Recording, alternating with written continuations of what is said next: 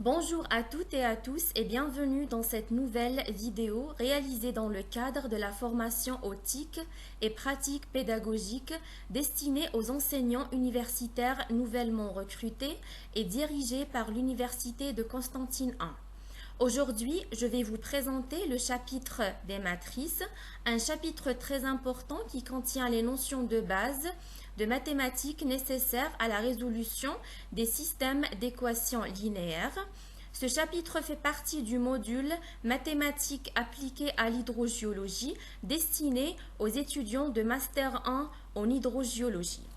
Sans tarder, je passe maintenant aux objectifs généraux. Le premier objectif, c'est connaître les différents types des matrices. Le second objectif, c'est connaître les opérations sur les matrices.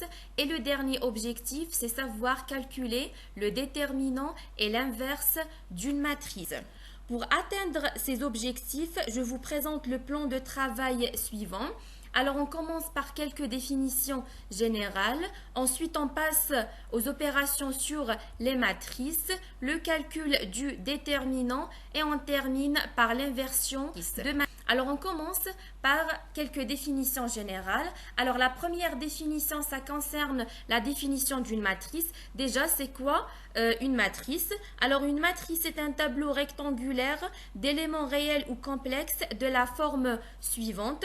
Alors, si on prend un élément AIJ de la matrice, un élément quelconque, donc l'élément AIJ se situe à l'intersection de la ième ligne et la jième colonne. Par exemple, si je prends le premier élément, le A11, alors le premier élément se trouve dans l'intersection de la première ligne avec la première colonne. Alors toujours le premier indice indique le numéro de la ligne et le second indice indique le numéro de la colonne. Donc d'une manière générale, le couple IJ, c'est-à-dire le couple qui contient le numéro de la ligne, virgule, le numéro de la colonne, c'est exactement la dimension ou bien ce qu'on appelle le format d'une matrice.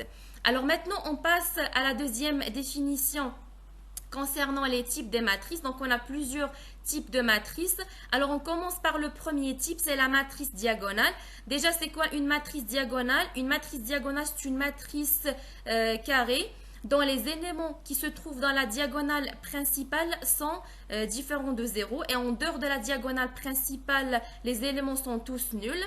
Le deuxième type, c'est la matrice identité. Une matrice identité, c'est une matrice diagonale dont les éléments qui se trouvent dans la diagonale principale sont tous égaux à 1. Une matrice triangulaire supérieure, c'est une matrice carrée diagonale dont les éléments qui se trouvent en dessous de la diagonale principale sont tous nuls. Pour la matrice de type triangulaire inférieur, c'est une matrice diagonale dont les éléments qui se trouvent en dessus de la diagonale principale sont tous nuls. Une matrice ligne ou bien ce qu'on appelle un vecteur ligne, c'est une matrice qui contient une seule ligne avec plusieurs colonnes. La même chose pour la matrice colonne. C'est quoi une matrice colonne? C'est une matrice qui contient une seule colonne avec plusieurs lignes. Et on termine par la matrice nulle. Donc une matrice nulle, c'est une matrice qui contient que des zéros. Alors on passe maintenant aux opérations sur les matrices. La première opération, c'est l'égalité des deux matrices A et B. Alors on dit que A égale à B si A et B ont la même dimension et tous les éléments de A sont égaux aux éléments correspondants de B. On passe maintenant à la deuxième opération, la transposition A transpose. Alors la matrice transposée de A, c'est la matrice obtenue en écrivant les lignes de A en colonne. La troisième opération, c'est l'addition de deux matrices A et B. Alors dans le cas de l'addition, donc il faut que les deux matrices ont la même dimension. Ensuite, on additionne terme à terme. La quatrième opération, c'est la multiplication par un scalaire. Donc, on multiplie le scalaire par chaque élément de la matrice grand A. Ensuite, le produit de deux matrices. Alors, dans le cas du produit matriciel, il faut d'abord s'assurer que le nombre de colonnes de la première matrice est égal au nombre de lignes de la deuxième matrice. Ensuite, on effectue le produit matriciel à travers le calcul vectoriel. La dernière opération, c'est la puissance nème d'une matrice a à la puissance n. Alors, a à la puissance n, c'est quoi? C'est a fois a, n fois. Donc, toujours, on commence par calculer le premier produit, c'est a fois a. Le résultat du premier produit est multiplié par la matrice grand A et ainsi de suite. Alors, maintenant, on passe au calcul du déterminant d'une matrice. Donc, on a deux cas. Le premier cas, c'est le déterminant d'une matrice d'ordre 2. Alors, soit A, une matrice représentée à travers les éléments A, B, C et D. Alors, le produit matriciel, le déterminant de cette matrice, c'est quoi? C'est le produit des éléments de la matrice diagonale, c'est le A fois D, moins le produit des éléments de la non-diagonale principale, c'est-à-dire c'est le B fois C. Alors maintenant, on passe au déterminant d'une matrice d'ordre supérieur à 2, c'est-à-dire une matrice d'ordre 3, d'ordre 4, d'ordre 5 et ainsi de suite. Alors, l'idée consiste à se ramener à des déterminants d'ordre inférieur jusqu'à ce qu'on obtient un déterminant d'une matrice d'ordre 2 qui est facile à calculer à travers la formule précédente. Donc, on calcule le déterminant de la matrice ou bien suivant une ligne ou bien une colonne. Alors, dans le cas du calcul du déterminant suivant la ligne I, alors on utilise cette formule. Donc, le déterminant, c'est quoi? C'est la somme des AIJ fois les cofacteurs des grands AIJ avec J varie de 1 jusqu'à N. Et pour la colonne J, le déterminant, c'est quoi? C'est la somme des AIJ fois les cofacteurs des AIJ pour I varie de 1 jusqu'à N.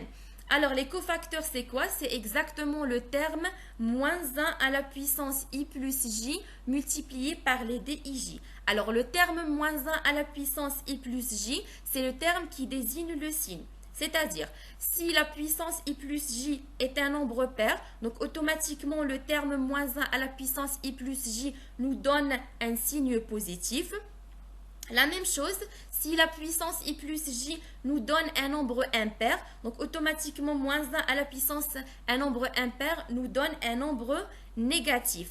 Alors, le terme DIJ, c'est exactement les déterminants d'ordre n-1. C'est-à-dire, si d'une manière générale, on a une matrice d'ordre n, donc automatiquement le premier déterminant DIJ, c'est exactement un déterminant d'ordre n-1. Alors maintenant, on passe à l'inversion d'une matrice. Alors dans le cas de l'inversion d'une matrice, donc on a deux méthodes. La première méthode est basée sur la définition générale. Donc une matrice carrée d'ordre n est dite inversible si il existe une matrice carrée de même dimension, telle que le produit matriciel A fois B, c'est exactement le B fois A. Et c'est exactement égal à la matrice identité d'ordre n. Alors, on appelle la matrice B par l'inverse de grand A et on la note par le A-1.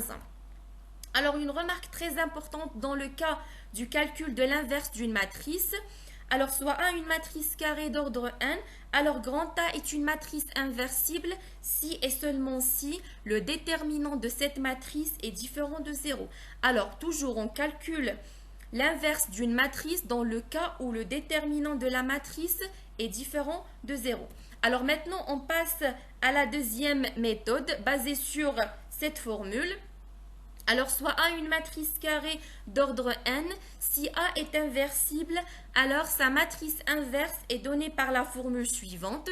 Donc, le A-1, c'est quoi? C'est 1 sur le déterminant de A fois la transposée de comatrice de A. Avec la comatrice de A, c'est quoi? C'est une matrice qui contient les éléments moins 1 à la puissance I plus J fois les DIJ. Donc, toujours le terme moins 1 à la puissance I plus J désigne le signe. Et le terme DIJ, c'est exactement les déterminants d'ordre inférieur pour toujours le I et le J compris entre 1 et n. À la fin de cette vidéo, je vous présente quelques références bibliographiques. Merci pour votre attention.